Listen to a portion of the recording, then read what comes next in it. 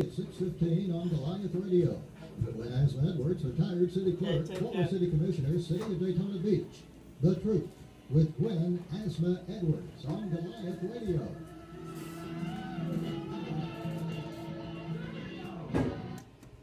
Stan, you've been sitting much too long, much too long. Welcome, welcome, welcome, welcome to Truth, a radio program designed with you in mind, a program whose sole purpose is to empower you, our listeners, for information leads to knowledge, and knowledge is, you got it, power.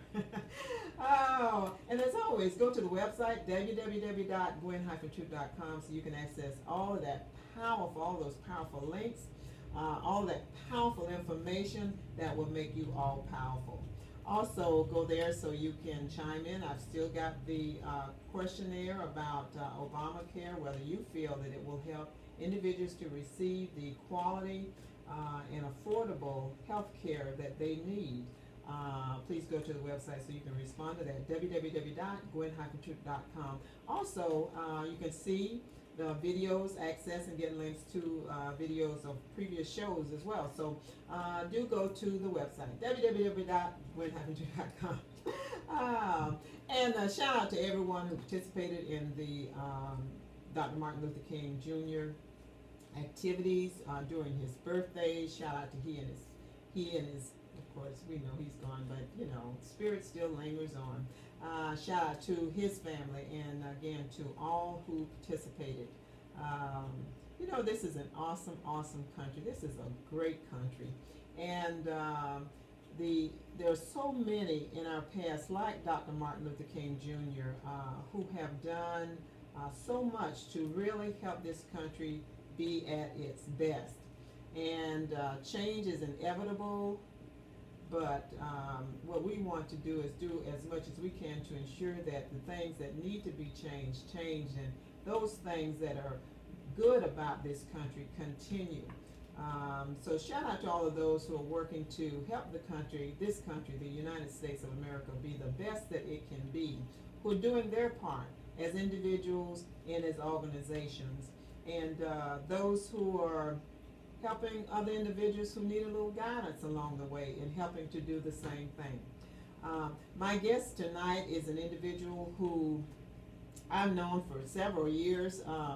She is, in my opinion, a great role model to not only young ladies, but a great role model to individuals, period.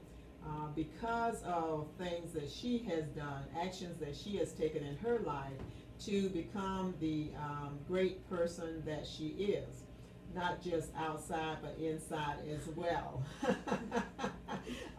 She knows that I just love her dearly because she is such a super person with such a great heart, and she is a psychologist.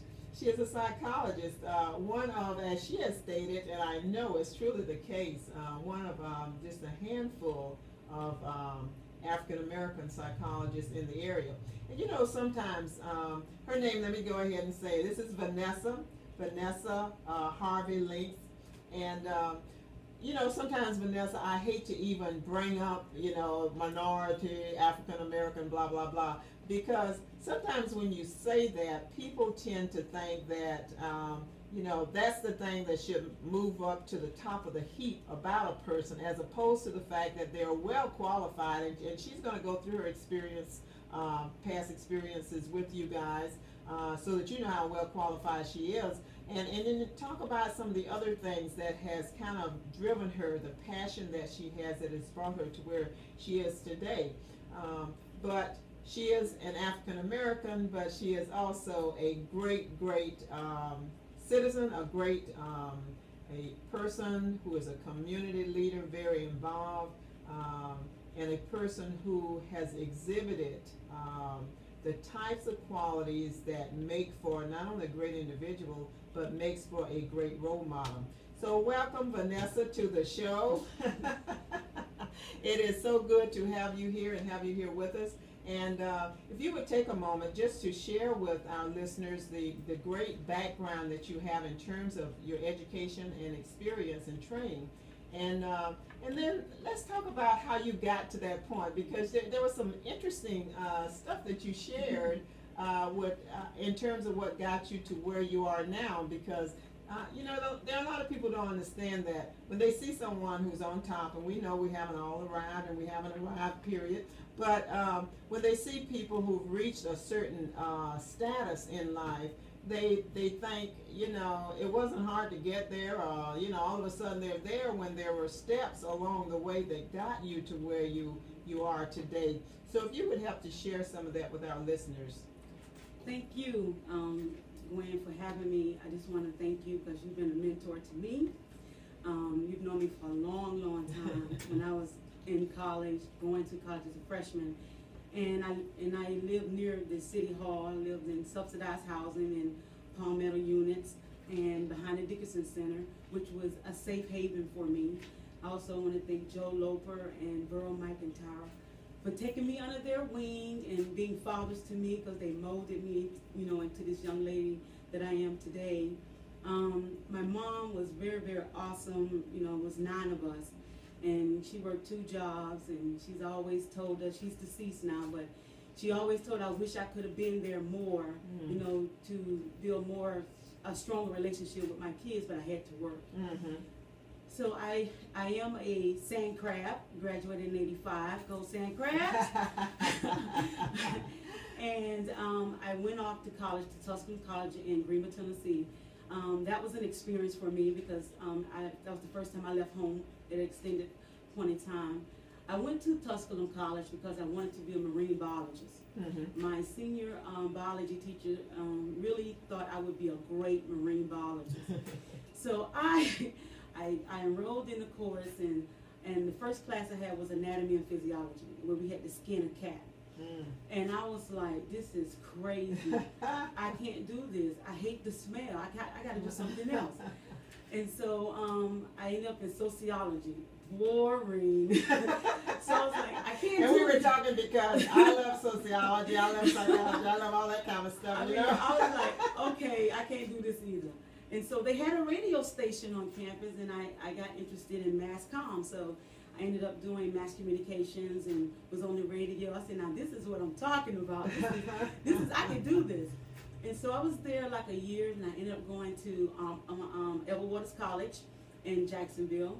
Go Tigers! I know this is Cookman territory, but I'm an Edwardian Tiger, okay? And I, you know, graduated in mass communications there. And so when I got home, I was like, so what am I going to do with this mass communications? You know, I wanted to, you know, be a writer because it was in journalism, but it was few options for me. So I decided, okay, what can I do? So I became a photographer. I entertainment photographer. I would travel and do that. That was exciting. And then my mom said, you got to get a real job. So I ended up in education. So I was a substitute teacher, a paraprofessional. Then I was teaching ESE, EMH was emotionally handicapped students. And then I did physical handicapped students. And that's when I was first introduced to ADHD. And this was like in 92, right after crack hit, you know, Daytona in '84. So all these children that was in school now were result of crack addiction, mothers having crack babies. And so those babies were ADHD babies. And so Ritalin was the medicine that was prescribed. So it was very difficult at Bonner Elementary to try to do curriculum, give them medicine, and it was really difficult. They didn't want to take the medicine, so it was a lot of resistance, a lot of restraint that you had to do with the children. So I was like, you know, if I'm going to do this, I think I need to just go in law enforcement. So I left ESC and I went to the academy at Daytona State and did correction probation, and I ended up as a correction officer. See, hey, so what the gist of this whole matter is that you start out with a plan, and then you never know where you're going to end up. And so I always tell myself, you got to have a plan. I started out thinking I was going to be a marine biologist, but I just found myself doing so many things, which made me so diverse in every field. It was incredible. So I did law enforcement for a while. And then Pride Industries lost their contract for probation. So I was like, what am I going to do? What am I going to do? So I applied for Stewart Marshman Center. got hired. So I said, oh, this addiction thing is good. I can do this. I like to tell people what to do. If you got a problem, this is how I'm going to help you. And I got this sudden passion for addiction. And I was like, this is great for me because I'm in my community, because I was housed at Project Warren, and I saw women and babies being born with addiction issues, mothers leaving their babies with us and going back out to use. I'm like, what kind of impact can I make? I need to further my education, so I decided to go get my master's degree in counseling and from Webster University. And so I decided in 2003 it was time to adventure this thing out on my own. So I started my first business. It was called SAFE, Substance Abuse and Family Enhancement. And it was ironic because I ended up at Mid-Florida Housing Incubators behind North Street where Stewart Marshman Center was housed. Oh, wow. So I'm in their back door and they said, you're not going to last. I said, I'm going to last because I'm determined. And I did that until from 2003 to 2008. You know what happened in 2008, the economy. I knew some reason I knew it was coming. I ended up at Halifax Behavior Services in 2006. And that was my first time dealing with adolescents with mental health issues. I always, dealt with substance abuse, but psychiatry is a funny thing because, in psychiatry you end up medicating one condition, but it might be other conditions not medicated.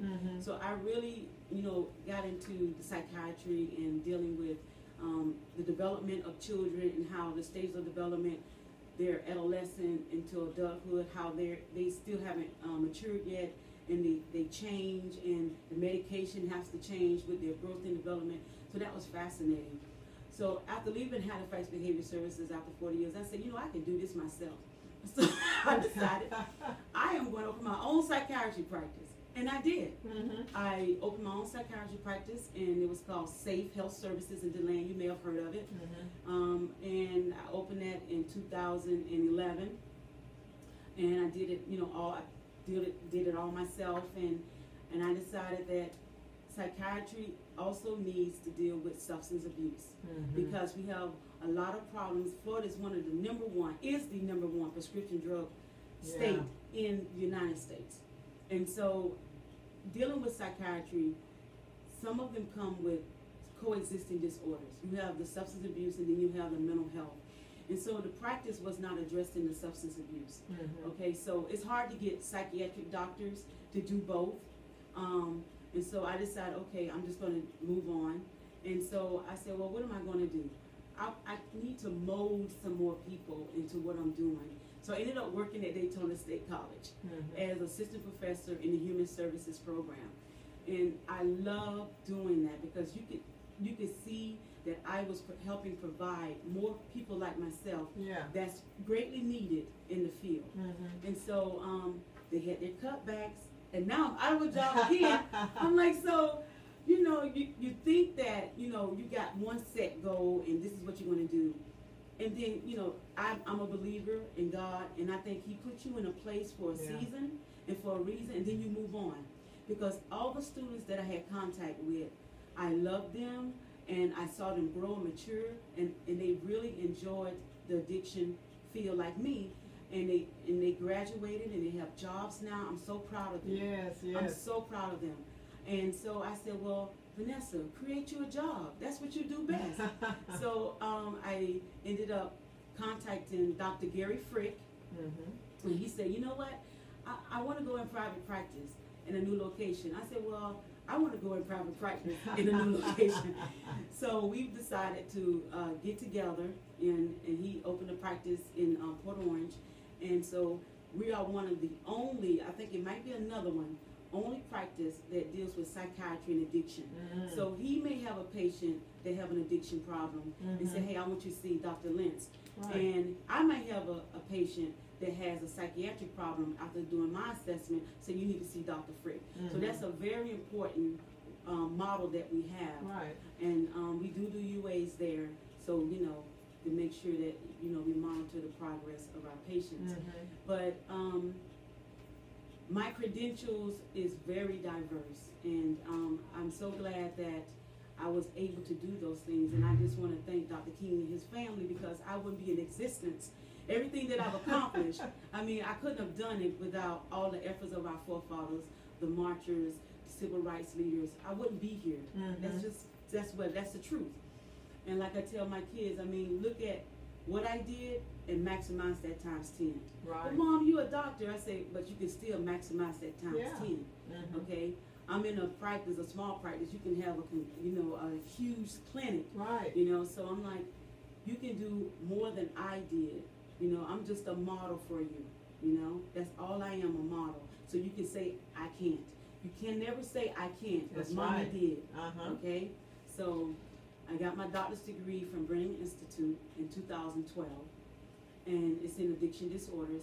And so I deal with all addiction behaviors except for sexual addiction and fetishes. I kind of refer those people to those specialists, certified sexual counselors. But I deal with gambling. I deal with eating disorders.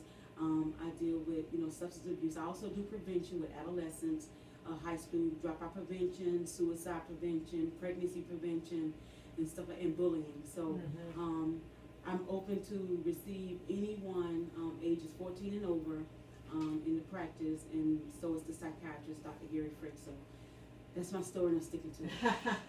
And how do they contact either of you if they're interested in receiving your services? If you want to receive our services, we're located at 790 Dunlawton Avenue, Suite J in Port Orange, and that's 32127. And the phone number is 386-767-8584. And just give us a call and schedule an appointment. I'm open. You can see me. But I really want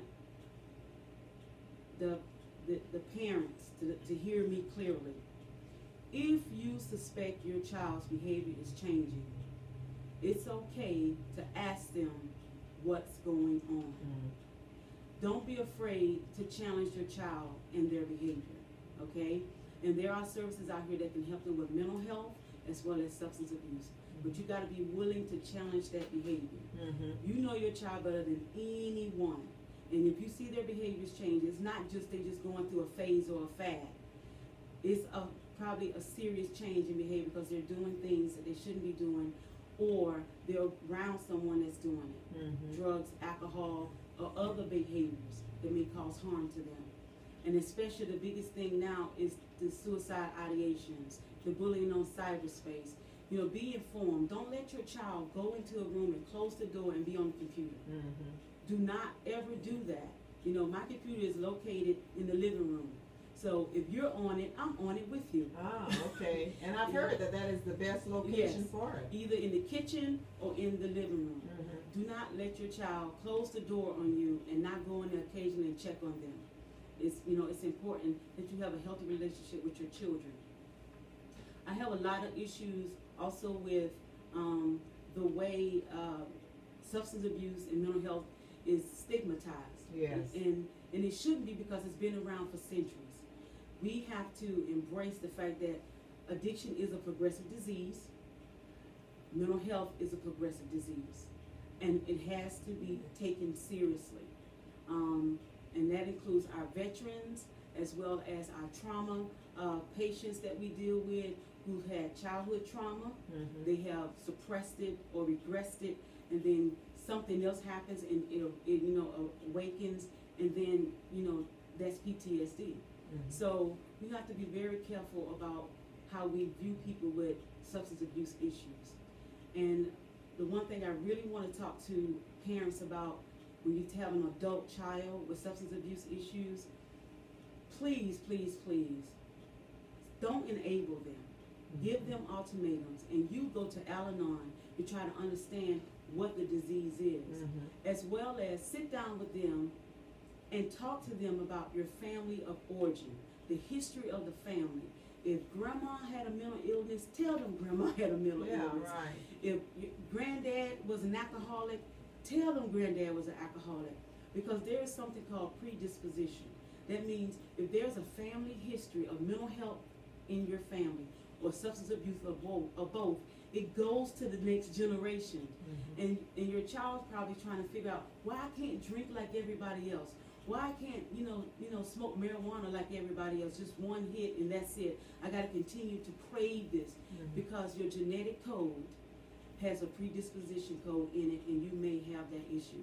And then there may be a lot of substance abuse in the family, and which may be an undiagnosed mental health issue. So you have to really, really look at the family system and the origin of the family to find out what's really going on with your child, your adult child, your adolescent child, or yourself, you know. Because I know I'm getting personal here, but on my family, on my father's side, it was 14 siblings. Over 70% of them are alcoholics. So I know that I can't drink. My brothers can't drink. You can't drink because I can't drink or use drugs because I have addictive predisposition in my genetic code. And I have addictive personality. I'm an overachiever, it's obvious. So even though I didn't do drugs and alcohol to the excess to where I had a serious problem, education became my addiction. And my mom used to call me, "You're an educated fool." That's okay. Aren't you proud of me? I'm your educated fool, right? You created a monster. Because mom's always told us education is the way out of poverty. Oh, yeah. And so I always embraced that. And I was like, that's the only way I'm going to make it out of poverty is through education. That's what I'm going to latch on to. And that's what I did. So. So we've always been told too that the first step for someone who has an addiction is for them to acknowledge the fact that they have it, and that once they make that first step, then it's easier for them to get the kinds of services that they need. Now, the other thing you and I were talking about besides that is the fact, and I think you alluded to it, the stigma attached to getting mental health, some kind of mental health help. And there's not as much of a stigma to going and getting addictions help, but if you needed mental health help, people, you know, start to look crazy at you. But to me, it's different from the way it used to be, because before you wouldn't tell anybody that you were seeking help or getting that kind of help, even if it was some kind of a counselor and not a psychologist or psychiatrist. But it seems to be easing somewhat because there are employers actually who will, and it's covered under healthcare coverage, right? That kind of assistance. Most businesses, like, you know, city and government and county businesses, organizations, they have what we call EAP, Employment Assistance Programs. If you test positive at work, they want to try to save and preserve their good employees because life happens. Right. You might, you know, go out with your friends and get that DUI, and you have to report that to your job, but we want you to go get addiction counseling. And so that's what you pay all this insurance for at work. So they have EAP for you, as well as for substance abuse, as well for mental health counseling.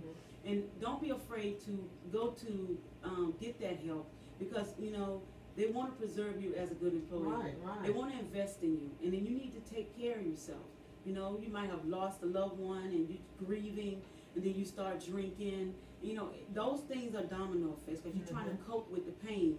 Don't self-medicate the pain. Go take care of the pain. You know, go talk about it. Talk therapy is great.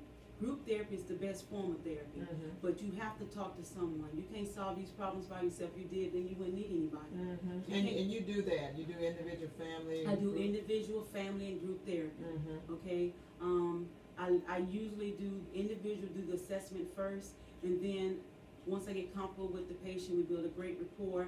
I ask them, do you want family to come in? Because you really need that support mechanism. Because what I found out is a lot of people who use drugs, they break that family bond. They've taken so much from the family, they exhaust the family financially. They won't have anything to do with them.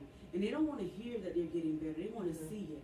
And so I tell my patients, please do not tell your parents or your family or your friends, I'm getting better, I'm getting better. No, they want to see it because, see, you told them so many times, and so many times, and so many times.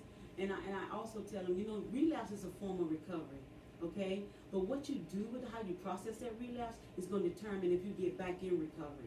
So it's very important that you evaluate that relapse. Why did you relapse? And people relapse for different reasons. They relapse because they think that, okay, I got 20 years clean, it's not going to happen to me. I can just, you know, I'm going to be okay. Once you become highly addicted or chronically addicted, and that disease is lay dormant, and you use it as if you never stopped using, you go back to that chronic stage. And so you can't play around with this disease because it will kill you. It's only 3 things it'll do. It will kill you, you will get incarcerated, or you're going to recover. That's it. Those are your only 3 options. And I behoove you, if you're struggling with an addiction problem, please get help. It's okay to get help, no matter who you are. And I know in our culture, in African American culture, we tend not to seek help, secular help. We get Christian counseling because, you know, our whole historical purpose was founded on the church, okay? But I'm here to tell you, okay, that you can go to a secular counselor and get services as well. You know, I can do Christian counseling with you if you want to talk about scripture. You know, I can use scripture to help you, you know, with your addiction by using scripture. There is AA, NA, and 12-step recovery using scripture. So that's not a problem either. But you can find Christian counselors that do substance abuse and mental health counseling. Or you can find a secular counselor that's a believer like myself that will help you with that. So don't be afraid to go get help, okay? Because when we think about it, praying is a wonderful thing. It's a form of meditation. It puts you in your right frame of mind and makes you want to make change happen. When you go to church and discuss your issues of addiction with them, they're not trained to deal with that level of counseling or issue with you. Because what happens is that particular Christian pastor, he's out of the scope of his practice. He's going to refer you to the word. He's not going to get deep involved in, you need to change your people, your places, your things. You need to know what your triggers are. You need to, and triggers are things that make you want to use. Are you having drug dreams? Because you know, after you stop using, you tend to have cold sweat drug dreams and nightmares, seeing yourself use and stuff like that. And so he doesn't understand that terminology. And it's important that you find someone who has a certified addiction professional, and that's through the Florida Certification Board. You can contact them, and they'll tell you in the area who, or you can go on their website, floridacertificationboard.org. I'm on there. I'm a certified addiction professional. I'm a certified prevention professional. I'm internationally certified alcohol and drug counselor. I'm a board certified counselor. So it's important that you get the right help. Licensed therapists, licensed mental health, licensed social workers, and licensed marriage and family therapists. If they don't have a certified addiction professional behind their licensure, they can't treat you as malpractice. They can't treat you because addiction is a specialty, okay? So if they don't have a what we call a CAP, then they're not supposed to treat you, okay? They're supposed to refer you to an addiction professional. So, you know, just be careful of that.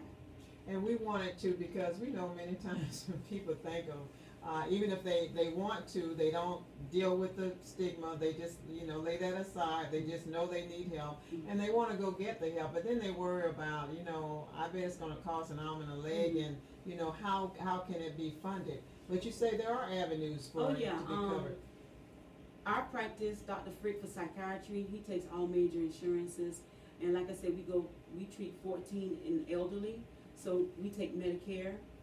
The problem with addiction professionals, it's hard to get on the insurance panels, okay? If they have too many addiction professionals in a radius, they won't credential you, so you won't be on the insurance panels. And insurance panels are HMO insurances that, you know, contract with providers to serve their insured, okay? So that's the problem I'm having. So I have to accept cash. And my fees for the assessment, which is from 1 to 1.5 hours long, because it's like a 10-page assessment, because I really get in your business, it's $150. And my follow-up is $80 for 1 hour and $50 for half an hour. But some people, when they get to a certain point in their treatment, they may not need a whole hour. They might just need some crisis intervention, because you get it all the time. I really need to talk to you. I really need to talk to you. Okay, 30 minutes. That's all I need. 30 minutes. Or they're on their lunch hour, and you know, it's called crisis intervention therapy, and I do that with them, or brief therapy. And they on their way. You know, you need that Band-Aid, put that Band-Aid on their wound until I can get back to you. But sometimes it's just a crisis, and they just need a solution. You know. And so that's the fees that I charge. But they can, because a lot of those like HMOs, you can be seen as in what, off network? Out of network, and that's what I do a lot. I'm an out of network provider. You just have to have a provider number, and then they will pick it up after you exhaust that amount, whatever your amount is. Right. And so I know Florida Blue is one, Aetna, Cigna, so you can come see me out of network. And then I just have to make sure I have that out of network number, and then it's for billing purposes only. Right. So that's a good way to do it. And then what they'll find is, oh, a lot of our insurers are coming to this provider, so why don't we just credential the provider? Sometimes you have to go through the back door. Absolutely. You just have to go through the back door in order to get the front door open. You know? Now, what generally, because you name the kinds of addictions that you work with, is there, in terms of just speaking generally, because everything that is covered and talked to you concerning is confidential, and it's kept that way. And not only that, people can't come and try to make you tell something that somebody has said, right? That's correct. You'll find yourself exiting right, to the left. Yeah, we just if you want don't to make sure people understand if you don't have that. a court order from a signed judge, find somewhere else to bother somebody Absolutely.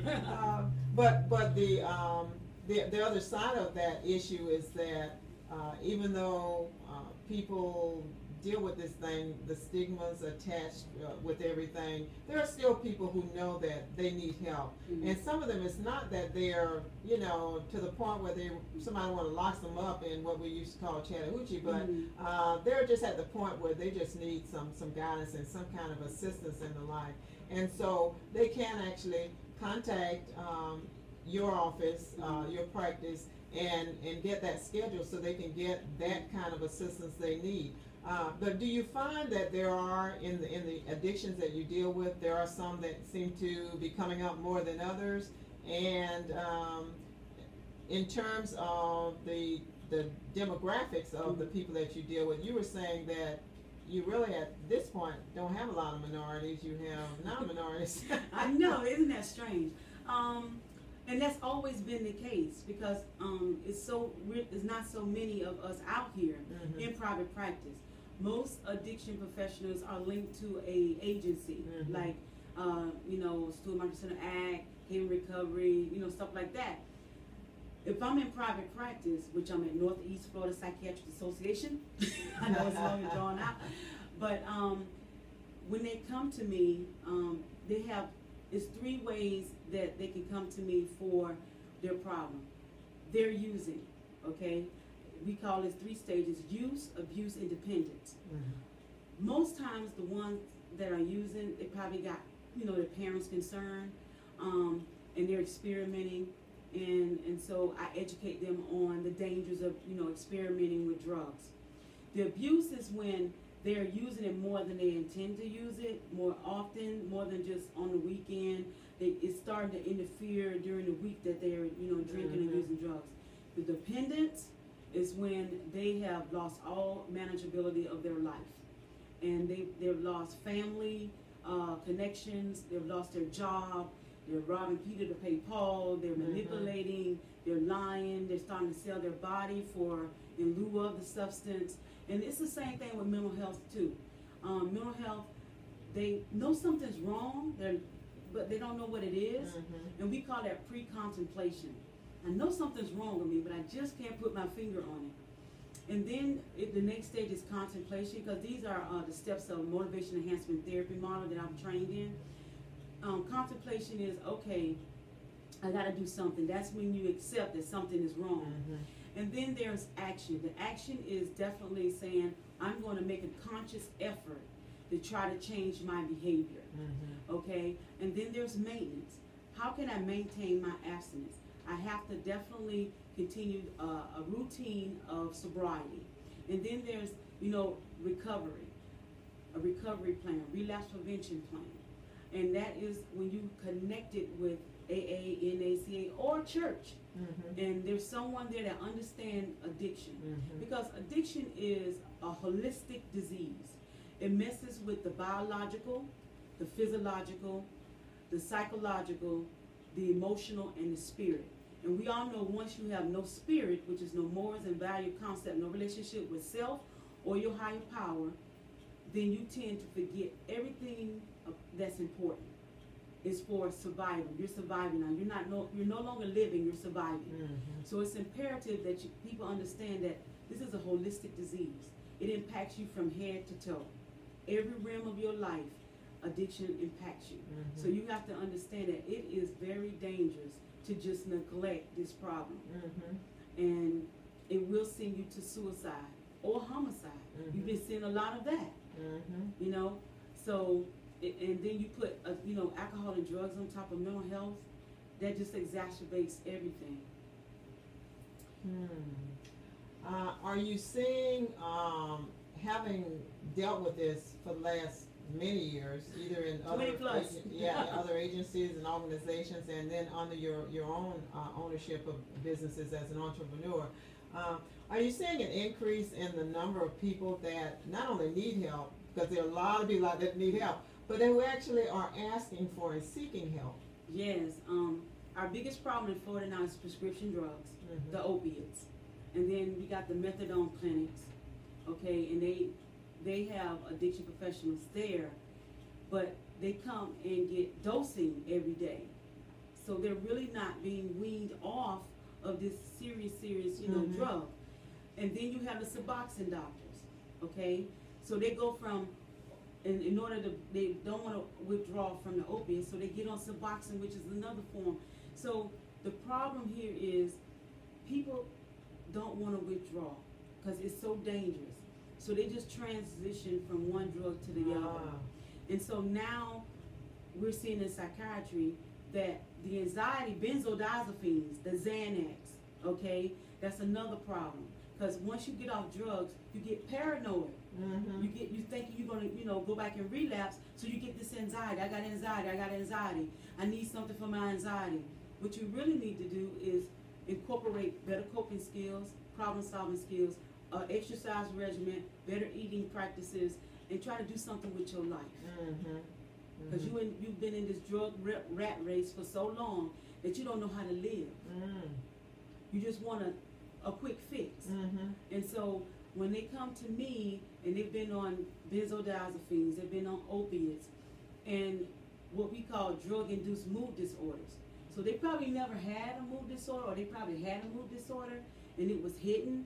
But when they start using drugs, the whole mood, because drugs are mood, you know, changers. And so when they get off the drugs, now their moods are all over the place because they've caused this drug-induced mood disorder. So they need something for the moods. Okay. And then they get depressed. Okay. So I mean, it's a cycle. That's why it's great to be in practice with a psychiatrist.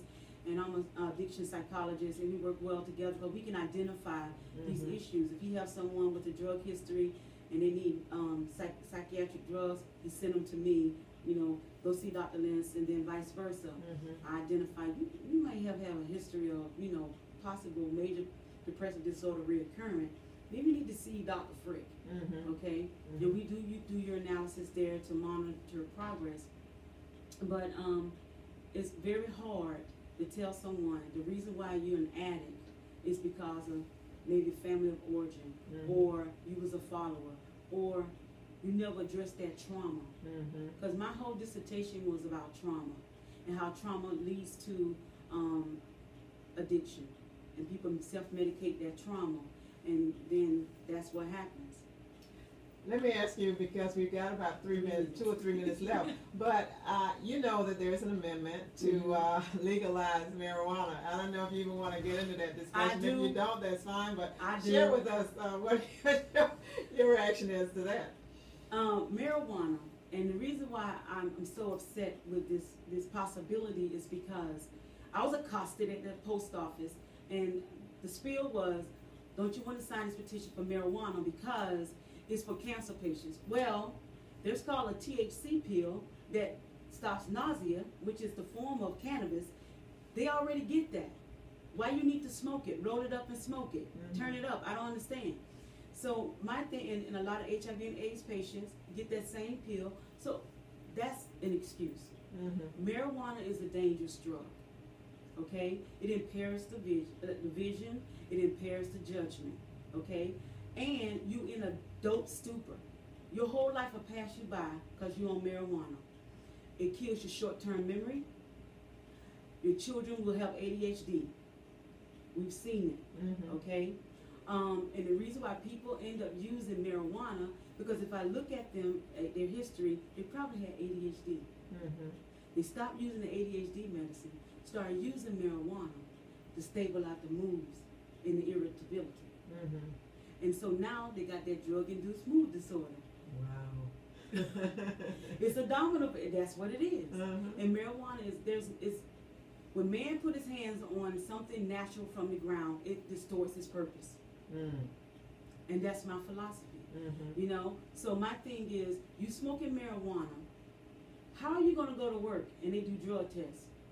And if you a marijuana smoker and they make it legal and you work around heavy machinery, really? You want that person working with you? So what kind of job you think you're going to get in your drug-induced state? I just want to know. You're going to burn up at the fry station. I mean, really, because you're slow. It impairs the judgment and the movement of the body. And I've seen people sit in my office and just, they're zoned. They can't remember what I asked them 3 seconds ago.